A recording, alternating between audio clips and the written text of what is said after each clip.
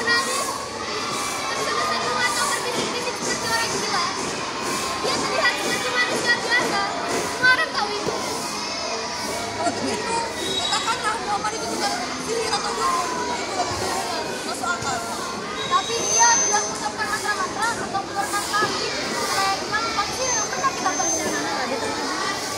Mereka terus berpikir tentang julukan apa yang cocok untuk diberikan kepada Muhammad.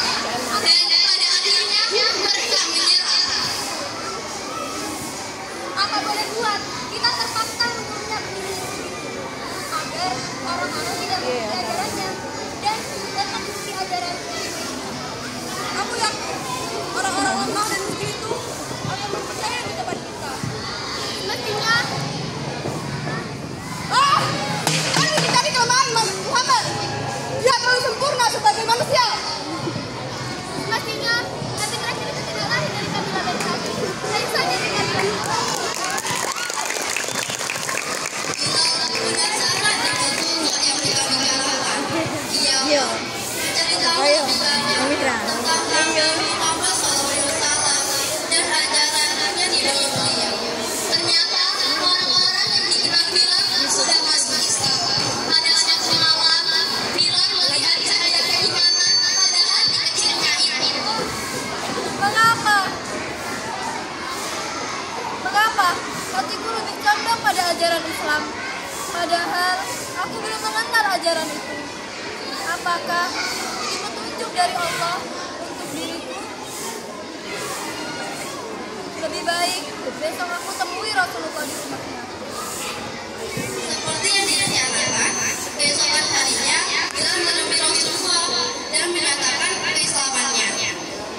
Dan Nabi berkata, "Selamat datang di cahaya Islam dan iman. Wahai saudara Bilal, engkau ikuti ucapanku setelah ini. Asyhadu an la ilaha illallah wa asyhadu anna Muhammadar Rasulullah. Asyhadu an la ilaha illallah. Wa asyhadu anna Muhammadar Rasulullah. Aku bersaksi bahwa tidak ada Tuhan selain Allah dan Muhammad adalah utusannya." Berita tentang keislaman Bilal tersebar sampai telinga Umayyah. Ia tak menyangka Gimana sih yang bilang-bilang gak pernah gagal nih. Itu yang paling seru.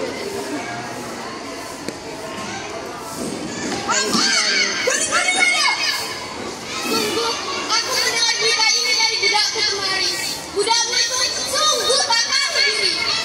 Lihat saja, aku akan memberi pelajaran nanti. Umayyah tak main-main dengan perkataannya. Benar saja, ia menyiksa Bilal sejak hari itu. Sejak wajahnya sing gitu. Sebelum habis kesabaranku, katakan sekali saja hal baik tentang Tuhan Lata dan Uzza. Tidak, aku tidak mau mengatakannya. Baiklah, jika kau menolak, berarti aku mau kejam dari ini.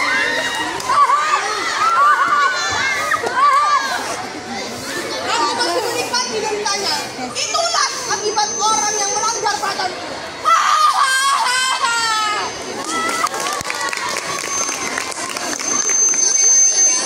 Bilal diseret ke Baghdad, sebuah tempat yang permukaan tanahnya Pertama ini.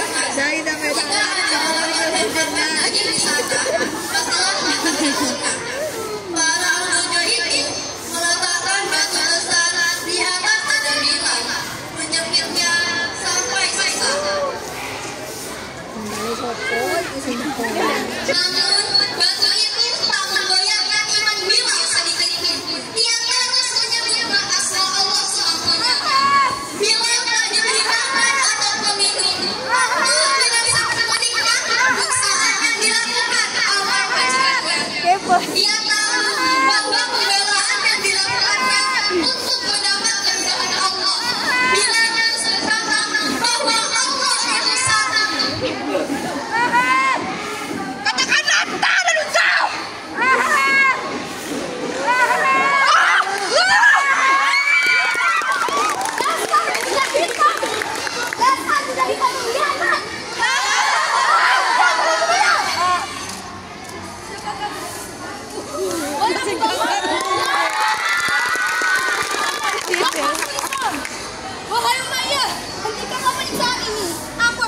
membebaskannya. Wah, Abu Bakar, kau ini tidak kotor.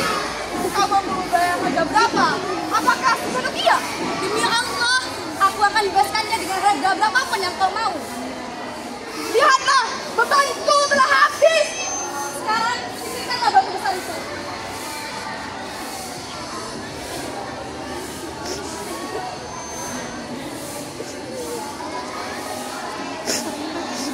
Udah nangis, jangan nangis. Ya Yohanes, sungguh aku telah membebaskan Bilal. Dan sekarang dia telah menjadi adik serta sahabatku. Tidak ada yang dapat memisahkan kami kecuali dengan kematian.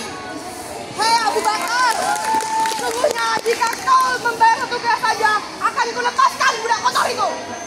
Dan sungguh engkau Umayyah, jika memberiku harga 100 ukiah pun, aku tak akan membebaskannya.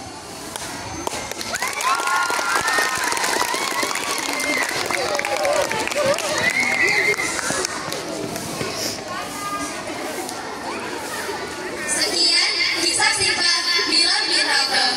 Kalian tahu nggak sih siapa yang Salwain.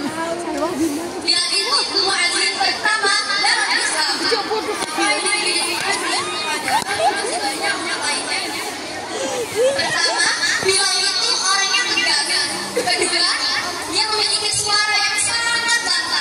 Ketiga, dia itu pemberani. Keempat, dia sangat mendalami azannya. Muadzin itu apa sih? Muadzin adalah orang yang mengumandangkan azan untuk umat Islam dalam melaksanakan ibadah sholat. Sholat adalah wahyu yang Allah turunkan kepada Nabi Muhammad SAW pada peristiwa Isra Mi'raj. Nah, kali ini kami akan membawakan peristiwa Isra Mi'raj.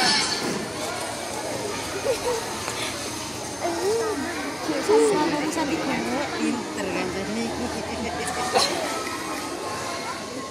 Dia tengah. Jadi lucu kok gini. Sadar. Jangan berdiri ya.